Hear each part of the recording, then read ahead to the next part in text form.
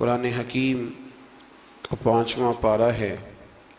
اللہ تبارک و تعالیٰ نے اس کے بالکل آغاز میں اس بات کو بیان فرمایا ہے کہ جب تک عورت کسی ایک شخص کے نکاح میں ہو دوسرے کے ساتھ اس کا نکاح نہیں ہو سکتا۔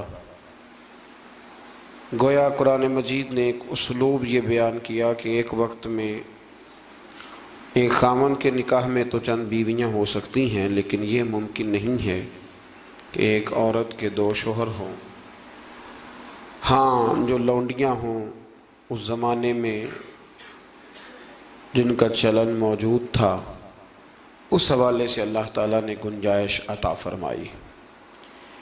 اسی تفصیل کو اہل رکوع کے اندر مختلف انداز میں بیان کیا گیا اور یہ بتلایا گیا کہ اسلام ہر خواہش کو پورا کرنے کے لیے پاک، صاف اور جائز رستہ عطا کرتا ہے۔ تو اس کے ماننے والوں کو یہ چاہیے کہ وہ کبھی بھی کوئی غیر فطری، غیر اخلاقی عمل نہ کرے جس سے کہ یہ محسوس ہو کہ یہ وہ لوگ ہیں شاید جن کی تربیت نہیں کی گئی۔ اللہ تبارک و تعالیٰ نے بہت ساری باتیں ارشاد فرمانے کے بعد اسی پارے کی آیت نمبر 28 کے اندر ارشاد فرمایا کہ یرید اللہ ان یخفف عنکم، فرمایا اللہ تعالیٰ چاہتا ہے کہ تم پر پابندیوں کا بوجھ ہلکا کرے۔ اللہ کریم کی رضا یہ ہے کہ تمہیں آسان دین دیا جائے، آسان دین۔ پابندیوں کا بوجھ تم پر کیوں؟ اس لیے خود ہی بیان فرماتا ہے، فرمایا وَخُلِقَ الْإِنسَانُ ضَعِيفًا، اس لیے کہ ہم نے انسان کو کمزور پیدا کیا ہے۔ رب فرماتے ہیں کہ میں نے چونکہ پیدا کیا ہے تو میں اس کی صلاحیتوں کو جانتا ہوں، تو میں اسے کوئی ایسی شریعت نہیں دوں گا، کوئی ایسا دین نہیں دوں گا، مسلمانوں تم پر کوئی ایسا بوجھ نہیں ڈالا جائے گا جو تم سے اٹھایا نہ جا سکے۔ اللہ تبارک و تعالیٰ نے جتنے بھی ہمیں احکام عطا کیے نا، وہ نماز پڑھنے سے لے کر جہاد کرنے تک، زکوٰۃ دینے سے لے کر حج کرنے تک، جتنے بھی احکامات دیے ہیں سارے ہی بندہ مومن کے لیے بڑے آسان ہیں، سارے ہی بندہ مومن کے لیے بڑے آسان ہیں۔ اور جب انسان اس رستے پہ چلتا ہے تو پھر اللہ تبارک و تعالیٰ اس کی مدد فرماتا ہے، پھر اللہ اس کے لیے آسانیاں فرماتا ہے۔ آپ یہ غور فرمائیے کہ حج کے موقع پر بہت سارے لوگ یہ کہا کرتے کہ حج ایک مشقت کا کام ہے، ایک جد و جہد کا کام ہے، ایک خاص ہمت والا آدمی اس کام کو سر انجام دے گا۔ لیکن آپ نے یہ بھی بڑی باریکی سے ملاحظہ فرمایا ہوگا کہ بڑے ضعیف العمر لوگ حج کرنے جاتے ہیں، کمزور لوگ حج کرنے جاتے ہیں، لیکن ایسا کبھی نہیں ہوا کہ کوئی یہ کہے کہ حج کی مشقت کے رستے میں کسی کا انتقال ہو گیا۔ وہ جب بلاتا ہے تو پھر مدد بھی بڑی ہی فرماتا ہے، پھر کرم بھی بڑا ہی فرماتا ہے۔ اسلامی احکامات جتنے ہیں، یہ فہم و فراست کے قریب بات ہے، اس کو سمجھ لیں، جتنے بھی اسلامی احکامات ہیں وہ سارے اللہ تبارک و تعالیٰ نے عطا ہی تب کیے ہیں کہ جب رب جانتا ہے کہ یہ لوگ اس عمل کو کر گزریں گے۔ یہ رمضان شریف آتا ہے تو بہت سارے لوگ ایسے ہیں جو کہتے ہیں جی ہم مزدوری کرتے ہیں، غریب لوگ ہیں، ہمارے لیے بڑی دشواریاں ہیں، ہمیں جد و جہد کرنی پڑتی ہے، تو روزہ رکھنا ہمارے لیے بڑا دشوار ہے۔ تو کوئی بیچ میں سے ایسا رستہ نکل آئے کہ جس رستے سے ہم بچ جائیں، تو میں کہا کرتا ہوں کہ اتنی سخت مزدوری آج کا کوئی بندہ میں نہیں کرتا جتنی عرب کے مزدور سخت مزدوری کیا کرتے تھے۔ کوئی پہاڑ نہیں توڑتا، کوئی آدمی ایسا نہیں ہے کہ جو چکی اس طرح سخت انداز میں پیستا ہو، کوئی بھی وہ کٹھن کام نہیں جو اہل عرب کرتے تھے۔ لیکن جناب بلال حبشی نے کبھی کوئی روزہ بھی نہیں چھوڑا۔ حضرت سلمان فارسی رضی اللہ تعالیٰ عنہ کی آپ ساری سیرہ مبارکہ پڑھ لیں، اپنے روزمرہ کے معاملات کے باوجود، ایک تو ہے رمضان المبارک، علاوہ رمضان کے بھی ان کی جو نفلی عبادات ہوتی تھی وہ بھی ایک بہت بڑا مقام رکھتی۔ تو بلا وجہ لوگ پریشان ہو جاتے ہیں، اور ہمارے زمانے میں تو کانوں کو ہاتھ لگا لگا کے لوگ کہتے ہیں کہ او ہو معاذ اللہ جی بڑا مشکل ہے دین پہ عمل کرنا، بڑا مشکل ہے۔ وجہ صرف اتنی ہے کہ کوشش نہیں کرتے، توجہ نہیں کرتے، جس کو یہ اپنے لیے آسان سمجھ رہے ہوتے ہیں وہ کام ان کے لیے مشکل ہوتا ہے، اور جو چیزیں اللہ نے آسان کر دی ہیں وہ بہرحال آسان ہوتی ہیں۔ پھر تھوڑا آگے جائیں گے تو اللہ کریم نے اسی پارے میں ارشاد فرمایا کہ ایک دوسرے کا مال ناجائز طریقے سے نہ کھاؤ۔ ہاں، تجارت کرو باہمی رضامندی کے ساتھ، ایک دوسرے کے ساتھ لین دین کرو تو اچھے طریقے سے کرو، ناجائز طریقے سے کسی کا مال نہ کھاؤ۔ اس کی تفسیر میں ایک حدیث ہے مسند امام احمد بن حنبل میں، نبی کریم صلی اللہ علیہ وسلم نے فرمایا کہ جس شخص نے ناجائز طریقے سے مال کمایا ہے نا، یہ اسی کا تھا، اسی کا نصیب تھا، جس نے کما لیا اسی کا تھا، لیکن حضور فرمانے لگے اس نے جلدی کی ہے، اگر یہ تھوڑا انتظار کرتا تو اللہ یہی مال اسے جائز طریقے سے عطا فرما دیتا۔ اس نے جلد بازی کا مظاہرہ کیا ہے، غلط طریقہ اختیار کیا اس کو حاصل کرنے کا، اس نے اچھا نہیں کیا۔ تو ناجائز طریقے سے مال، آپ اندازہ فرما لیں کہ دنیا میں کتنے ایسے لوگ ہیں، کتنے کہ جو کہتے ہیں کہ ہم زندہ بھی دوسروں کے مال پہ ہیں، ہمارے پاس جو بنیادی رقم ہے تجارت کرنے کے لیے وہ بھی لوگوں کی ہے۔ لوگ چاہتے ہیں کہ دوسروں کے مال پر وہ اپنا قد اونچا کریں، اللہ تبارک و تعالیٰ نے اس بات سے سختی کے ساتھ منع فرما دیا۔ آیت نمبر 31 کے اندر اللہ تبارک و تعالیٰ نے ارشاد فرمایا کہ بڑے گناہوں سے بچنا، کبیرہ گناہوں سے بچنا، جو چھوٹے گناہ ہوں گے وہ تو اللہ اپنے فضل سے معاف فرما دے گا، لیکن تم کبیرہ گناہوں سے بچنا۔ کبیرہ گناہ کون سے ہیں؟ قتل سے بچنا، بہتان ترازی سے، پاک باز لوگوں پر بہتان لگانا کبیرہ گناہ، کبیرہ گناہ، قتل کبیرہ گناہ ہے، اور بہتان ترازی حدیث صحیح میں موجود ہے۔ ہمیں بالکل نہیں پتہ ہوتا کہ سامنے والے کے معاملات کیا ہے، لیکن ہم بہتان لگا دیتے ہیں، اور شریعت کے اندر باقاعدہ اس کی حد رکھی گئی ہے، کوڑوں کی سزا رکھی گئی۔ جب تک آپ کو تحقیق نہ ہو جائے، میرے نبی کریم علیہ السلام نے فرمایا کسی شخص کے جھوٹا ہونے کے لیے اتنا ہی کافی ہے کہ سنی سنائی بات آگے بیان کر دیتا ہے، یہ جھوٹا ہے، اس کو چاہیے تھا اس کی تحقیق کرتا۔ اسی طریقے سے یتیم کا مال کھا جانا، یہ رمضان شریف آئے گا تو بڑے سارے لوگ چندہ لینے کے لیے میدانوں میں نکلیں گے، بڑے سارے لوگ یتیموں کا نام لیں گے، بیماروں کا نام لیں گے، کمزوروں کا نام لیں گے، مدارس کا نام لیں گے۔ اللہ سے ڈرنا چاہیے۔ اللہ کریم نے جو میرے اور میرے بچوں کے حصے میں رکھا ہے وہ کوئی دوسرا چھین سکتا نہیں، لیکن انداز غلط اختیار کرنا، اس سے انسان کا نقصان ہوتا ہے۔ کبیرہ گناہوں میں اس کو رکھا گیا۔ اسی طرح زنا کرنا، میدان جہاد سے بھاگ جانا، والدین کی نافرمانی کرنا، یہ سب کبیرہ گناہ ہیں، اور اللہ کریم نے آیہ مقدسہ میں ارشاد فرمایا کہ تم کبیرہ گناہوں سے بچ جانا، صغیرہ اللہ اپنے فضل سے معاف کر دے گا۔ صغیرہ گناہ کیسے معاف ہوتے ہیں؟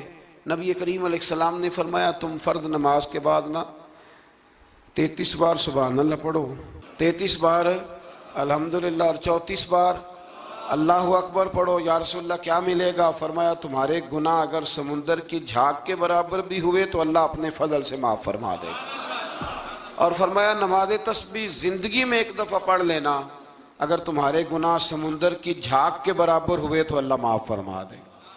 بہت سارے ایسے وظائف، بہت سارے ایسے اعمال، لیکن ان سے صغیرہ گناہ معاف ہوتے ہیں، کبیرہ گناہ ان سے معاف نہیں ہوتے۔ تھوڑا سا آگے چلیں گے تو اللہ تبارک و تعالیٰ نے حکم دیا ہے کہ اللہ کی عبادت کرو، لیکن فقط عبادت کر کے اپنے آپ کو مطمئن نہ کرو، بلکہ اس کے ساتھ حقوق بھی ادا کرو۔ وَاعْبُدُوا اللَّهَ وَلَا تُشْرِكُوا بِهِ شَيْئًا، اللہ کی عبادت کرو اور اس کے ساتھ کسی کو شریک نہ ٹھہراؤ، اور اس سے آگے بھی بڑھو۔ وَبِالْوَالِدَيْنِ إِحْسَانًا، اپنے والدین کے ساتھ احسان کرو۔ یہاں مفسرین نے بیان کیا کہ یہ نہیں کہا گیا کہ والدین پر احسان کرو، والدین کے ساتھ احسان کرو، ان کے ساتھ اچھا رویہ اختیار کرو۔ حضرت قاضی صاحب رحمۃ اللہ نے یہاں ایک جملہ لکھا ہے، بڑا ہی دل کرتا ہے میرا کہ وہ جملہ کہہ دوں۔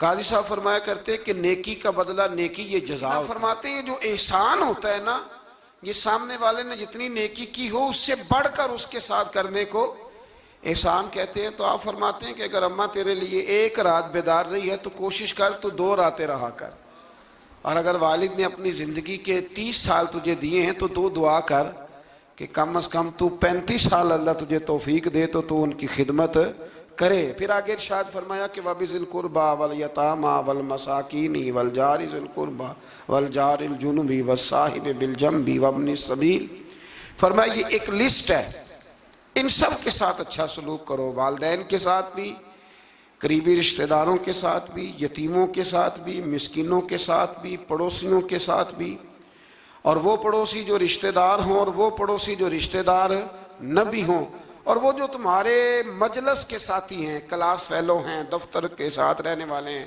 دوست ہیں، کلیگ ہیں، ان کے ساتھ بھی اچھا سلوک کرو، اور مسافروں کے ساتھ بھی اچھا سلوک کرو۔ وَمَا مَلَكَتْ أَيْمَانُكُمْ، اور وہ جو تمہارے قبضے میں ہیں، تمہارے داہنے ہاتھ جن کے مالک ہوئے، یعنی جو تمہارے ملازم ہیں، جو تمہارے غلام ہیں، ان کے ساتھ بھی سلوک۔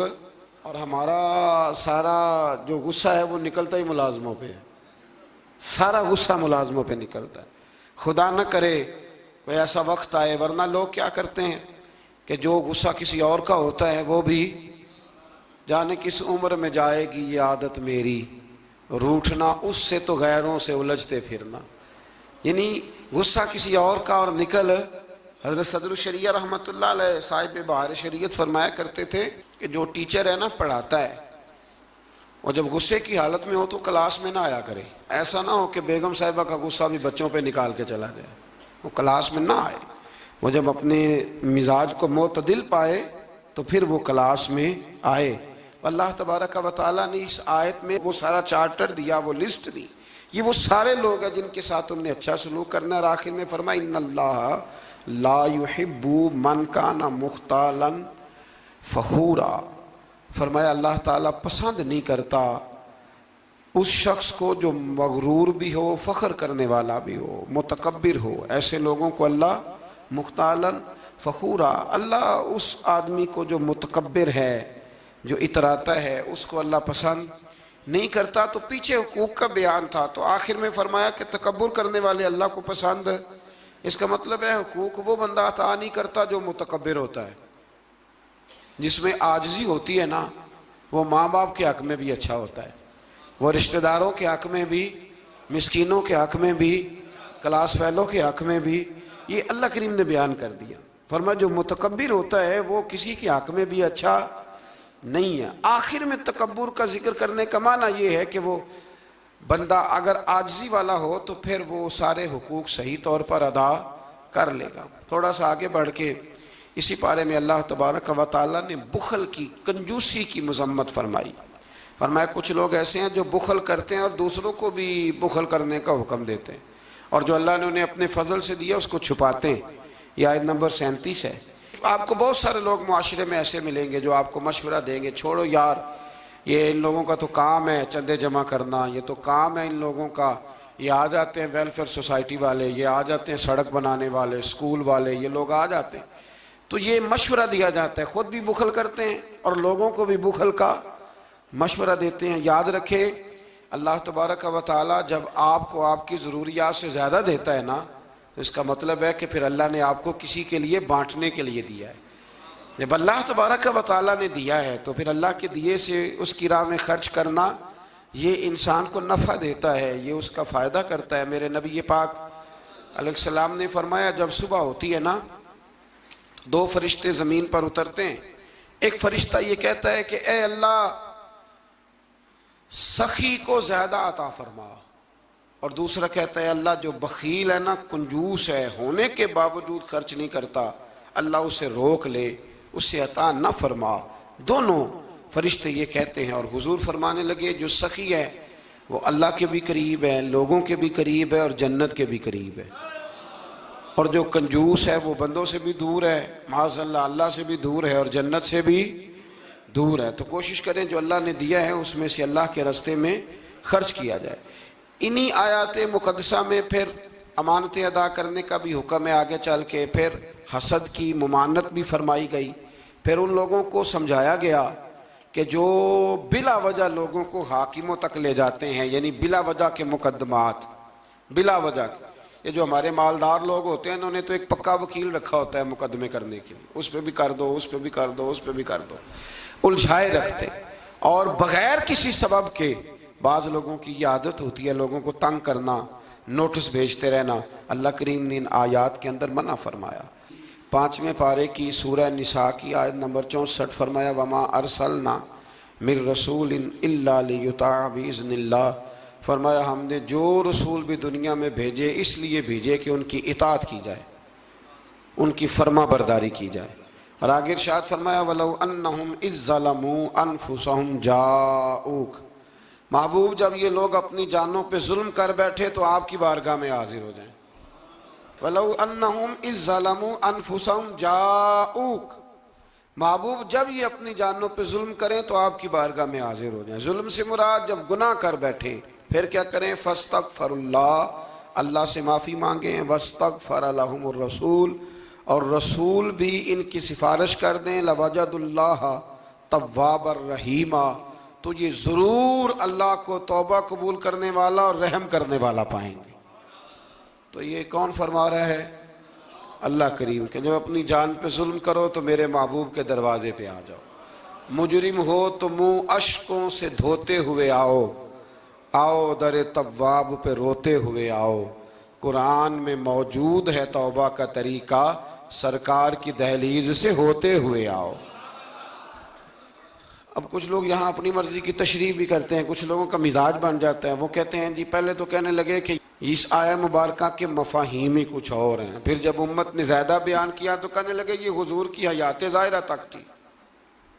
تو میں نے کہا یہ کہاں لکھا ہوا ہے؟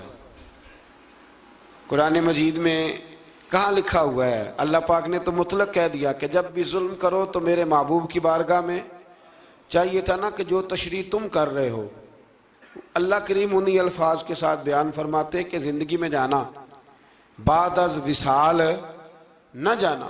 تو جب اللہ کریم نے اس حکم کو مطلق رکھا، مسند امام احمد بن حنبل میں حدیث ہے، خلیفہ عبد الملک بن مروان کہتا ہے کہ میں رات کے وقت نہ نبی کریم علیہ السلام کے روضہ اطہر کی طرف نکلا تو میں نے ایک شخص کو نا حضور کی قبر انور پر لیٹے ہوئے دیکھا، اور کس طرح لیٹے تھے کہ اپنے رخسار نبی پاک علیہ السلام کی قبر کے ساتھ وہ رگڑ رہے تھے۔ تو کہتے میں نے ان کو ٹھوکر ماری، میں نے کہا تمہیں پتہ ہے تم کیا کر رہے ہو؟ کہتے جب انہوں نے چہرہ اٹھایا تو میں حیران ہی ہو گیا کہ وہ عام آدمی نہیں، وہ تو حضرت ابو ایوب انصاری ہیں، اور کہنے لگے مجھے پتہ ہے میں کیا کر رہا ہوں، میں کسی بت اور پتھر کے پاس نہیں آیا، میں اپنے رسول کے پاس حاضر ہوا۔ حضرت ابو ایوب انصاری، یہ انداز دیا ہے ہمیں صحابہ نے۔ حضرت مولا کائنات شیر خدا علی المرتضیٰ رضی اللہ تعالیٰ عنہ فرماتے ہیں حضور کے وصال کو تیسرا دن تھا، بڑی تکلیف تھی، بڑا غم تھا، دکھ ابھی تازہ تھا، میں حضور کی قبر انور سے تھوڑے سے فاصلے پر بیٹھا تھا، امام قرطبی نے اس کو لکھا ہے۔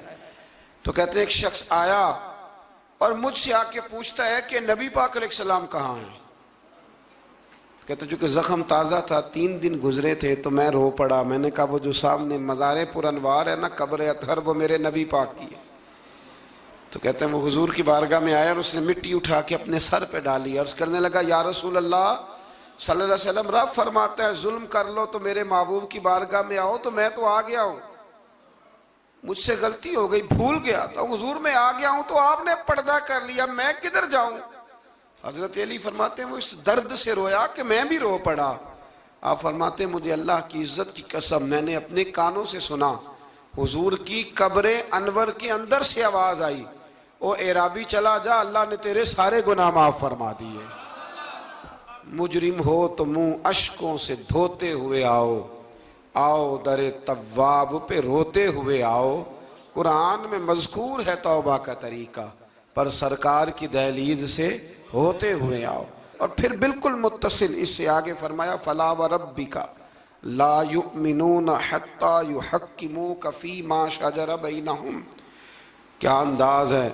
اور اس انداز کی یہ قرآن مجید میں شاید انفرادی آیت ہو۔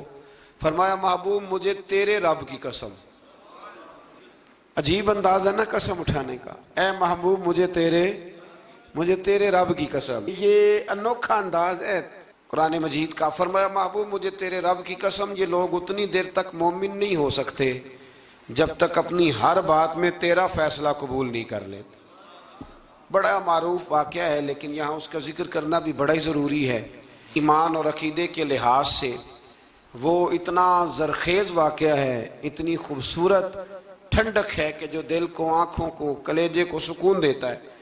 ایک منافق کا اور ایک یہودی کا جھگڑا ہو گیا۔ وہ جو منافق تھا نا وہ کلمہ پڑھتا تھا، منافق کہتے ہیں اس کو ہیں جو اپنی زبان سے کلمہ پڑھے اور اندر اس نے نفاق چھپایا، وہ دونوں کا جھگڑا ہو گیا۔ نبی کریم علیہ السلام کی بارگاہ میں حاضر ہوئے تو حضور نے فیصلہ یہودی کے حق میں دیا، کلمہ گو کے حق میں نہیں دیا، اس منافق کے حق میں۔ وہ نہ کہنے لگا جی میں تو فیصلہ حضرت عمر سے کراؤں گا۔ وہ حضرت عمر فاروق کے پاس گئے اور جا کر کے کہا کہ یہ ہمارا معاملہ ہے تو فیصلہ کر دے۔ جناب عمر بات سننے ہی لگے تھے کہ وہ یہودی بولا، کہنے لگا عمر ایک بات کا لحاظ کر لینا کہ نبی کریم کی بارگاہ میں یہ بات پہلے سے طے ہو چکی ہے اور حضور نے میرے حق میں فیصلہ دے دیا ہے، پر یہ کلمہ پڑھ کے کہتا ہے کہ میں نے عمر سے فیصلہ کرانا ہے، میں معاذ اللہ حضور کے فیصلے کو نہیں مانتا۔ جناب عمر فرمانے لگے بیٹھو پھر میں ابھی آیا۔ حضرت عمر اندر تشریف لے گئے اور تلوار لائے، اور تلوار اٹھاتے ہی اس منافق کی گردن اتار دی۔ فرمایا جو میرے نبی کا فیصلہ نہ مانے، عمر کی تلوار اس کا فیصلہ کر دیا کرتی ہے۔ شور ہو گیا جیسے آج لوگ شور کرتے ہیں، کلمہ گو کو ایسے کہہ دیا، کلمہ گو کو یہ، وہاں بھی شور ہو گیا کہ کلمہ گو مار دیا جی عمر نے، کلمہ پڑھنے والا مار دیا، کلمہ پڑھنے والا مار دیا، مسلمان مار دیا، وہ تو کلمہ پڑھتا تھا۔ جب بہت شور ہوا تو اللہ تعالیٰ نے قرآن مجید کی یہ آیت نازل فرمائی، فرمایا محبوب کون سا کلمہ اور کون سا اس کا ایمان، ایمان تو تب مکمل ہوگا جب تیرے فیصلے قبول کرے گی۔ کلمہ پڑھنے سے تھوڑی ایمان مکمل ہوگا، جب تک تیرا فیصلہ ہی قبول نہیں کرتے۔ تو جس کا رب ہی ایمان قبول نہ کرے، لوگوں کو کیا ضرورت ہے شور کرنے کی کہ بڑا ایمان والا ہے، اللہ ہی جس کا ایمان قبول نہ کرے۔ تو میرے عزیز دوستو، اللہ تبارک و تعالیٰ نے آگے چل کے پھر اس گروہ کا ذکر بھی اسی سورہ مبارکہ میں اور اسی پارے میں بیان فرمایا جس گروہ کے رستے پر چلنے کی ہم ہر نماز میں دعا مانگتے ہیں، انعم اللہ علیہم من النبیین والصدیقین والشہداء والصالحین۔ فرمایا وہ جو تم ہر نماز میں کہتے ہو نا صراط الذین انعمت علیہم، تو انعام یافتہ لوگ اس سورہ مبارکہ نے آیت نمبر 69 میں بیان کیے۔ فرمایا وہ انبیاء ہیں، صدیقین ہیں، شہداء ہیں، صالحین ہیں، اور انداز دیکھیے کتنا شاندار ہے قرآن کا۔ فرمایا وَحَسُنَ أُولَئِكَ رَفِيقًا، فرمایا یہ کتنے اچھے ساتھی ہیں، وَحَسُنَ کتنے حسین دوست ہیں، ان سے دوستی کرو، ان سے دوستی، یہ بڑے حسین لوگ ہیں، بڑے حسین انبیاء، صدیقین، شہداء اور صالحین۔ تو اللہ تبارک و تعالیٰ نے پھر طاغوت کے رستے پر چلنے سے منع فرمایا اور اپنے رستے پر چلنے کا حکم دیا۔ ایک آیہ کریمہ اور پڑھتا ہوں اور بات کو سمیٹتے ہیں۔ اسی قرآن مجید کی سورہ نساء میں، اسی پارے میں آیت نمبر 82 میں اللہ کریم نے قرآن کی، اسلام کی اور دین کی ایک اور صداقت کو بیان کیا۔ فرمایا افلا یتدبرون القرآن، کیا یہ لوگ قرآن میں غور نہیں کرتے، تدبر نہیں کرتے، توجہ نہیں کرتے قرآن میں۔ فرمایا وَلَوْ كَانَ مِنْ عِنْدِ غَيْرِ اللَّهِ، اگر یہ اللہ کے علاوہ کسی اور کی طرف سے ہوتا، لَوَجَدُوا فِيهِ اختلافاً كَثِيرًا، تو یہ اس میں بڑا سخت اختلاف پاتے، یہ اس میں پاتے کہ بہت ساری جگہوں پہ متضاد باتیں ہیں، کہیں کچھ کہا جا رہا ہے اور کہیں کچھ کہا جا رہا ہے۔ قرآن مجید ایک دم نہیں آیا، جو کتاب ایک دم لکھی جاتی ہے نا اس میں اختلاف نہیں ہوتا، 23 سالوں میں آیا ہے۔ لیکن جو بات پہلے دن بیان ہو رہی تھی غار حرا میں، آخری دن حجت الوداع میں بھی وہی بات بیان ہو رہی ہے، تو سمجھ لیں کہ جب 23 سالوں کے اندر ایک جملے کا، ایک فکرے کا تضاد قرآن میں نہیں آیا تو پھر یہ کسی غیر کا کلام نہیں، یہ اللہ ہی کا کلام ہے۔ تو قرآن مجید میں الحمد سے لے کر والناس تک کسی بات میں کوئی تضاد نہیں۔ آج بھی کئی کتابیں بڑے بڑے زبردست لوگ لکھتے ہیں، بڑے بڑے اچھے ادیب لکھتے ہیں، بڑے بہترین صاف ستھرے قلم والے لوگ جن کو شستہ لکھنا آتا ہے، صاف ستھرا لکھتے ہیں، شعر و شاعری سے ان کا اچھا شغف ہوتا ہے، لیکن ان کے نظریے کی کئی دفعہ سمجھ نہیں آتی، پہلے صفحے پہ کچھ اور کہہ رہے ہوتے ہیں، بیچ میں جا کے وہ لفظوں کا ہیر پھیر تو ٹھیک ہوتا ہے لیکن جملوں کی کوئی ترتیب نہیں ہوتی۔ بڑے بڑے عمدہ لوگ آپ کو ملیں گے کہ ان کی باتوں میں تضاد ہوتا ہے، گفتگو کے اندر بہت ساری چیزیں آپ کو ایسی مل جاتی ہیں، کیونکہ کمزور ہے نا، انسان ہے، انسان کبھی کچھ کہتا ہے اور کبھی کچھ کہتا ہے۔ اس لیے انسان کی اور رب کریم کی تخلیق اور گفتگو میں بڑا فرق ہے۔ حضرت حکیم الامت مفتی احمد یار خان صاحب نعیمی رحمۃ اللہ علیہ نے یہاں ایک بات بڑی شاندار بیان فرمائی۔ آپ فرماتے ہیں کہ انسان نے ٹرین تو بنا لی ہے پر کوئی انسان چیونٹی نہیں بنا سکا۔ ٹرین بڑی ہوتی ہے نا، بلکہ بہت بڑی ہوتی ہے، اور چیونٹی اس کے مقابلے میں چھوٹی ہوتی ہے، تو فرماتے ہیں کہ ٹرین بنا لی ہے پر آج تک کوئی بندہ چیونٹی، فرمانے لگے بڑے بڑے اس نے بلب بنا لیے، لائٹیں بنا لی، بڑا کچھ کر لیا، پر جگنو بنا سکا؟ جگنو بڑا چھوٹا ہوتا ہے، تو اس نے بڑا کچھ بنا لیا ہے پر جگنو نہیں بنا سکا۔ تو سمجھ میں یہ بات آتی ہے، شعور میں یہ بات بیٹھتی ہے کہ اللہ کی تخلیق صرف اللہ ہی کی ہے۔ کسی بندے کی تخلیق، حالانکہ وہ بھی اللہ کی دی ہوئی عقل سے کچھ تخلیق کرتا ہے، اگر کرتا ہے اللہ کے دی ہوئی طاقت سے کرتا ہے، لیکن رب کریم کی تخلیق کے قریب قریب بھی کوئی چیز جا سکتی۔ تو اگر ہمیں بندوں کا کلام بڑا فائدہ دیتا ہے، حضرت میاں محمد بخش صاحب رحمۃ اللہ علیہ کا کلام پڑھا جائے، چونکہ ہمیں سمجھ آتی ہے تو اس کا سحر طاری ہو جاتا ہے۔ اسی طریقے سے اگر کوئی اچھا باعمل عالم گفتگو کرے تو دل پہ بات اثر کرتی ہے، اور میرے رسول کریم اگر کلام فرمائیں تو حضرت انس بن مالک فرماتے ہیں حضور گفتگو کرتے تھے قیامت کے بارے میں تو لگتا تھا اٹھ کے باہر جائیں گے تو قیامت آ جائے گی۔ تو یہ ساری باتیں اگر اثر رکھتی ہیں تو پھر بتائیے اللہ کا قرآن کتنا اثر رکھتا ہے۔ اس میں تدبر کریں، اس میں غور کریں، اس میں فکر کریں، تو انشاءاللہ اللہ تبارک و تعالیٰ بہت سارے راستے آسان کرے گا۔ اللہ سمجھنے کی توفیق عطا فرمائے۔ آخر دعوانا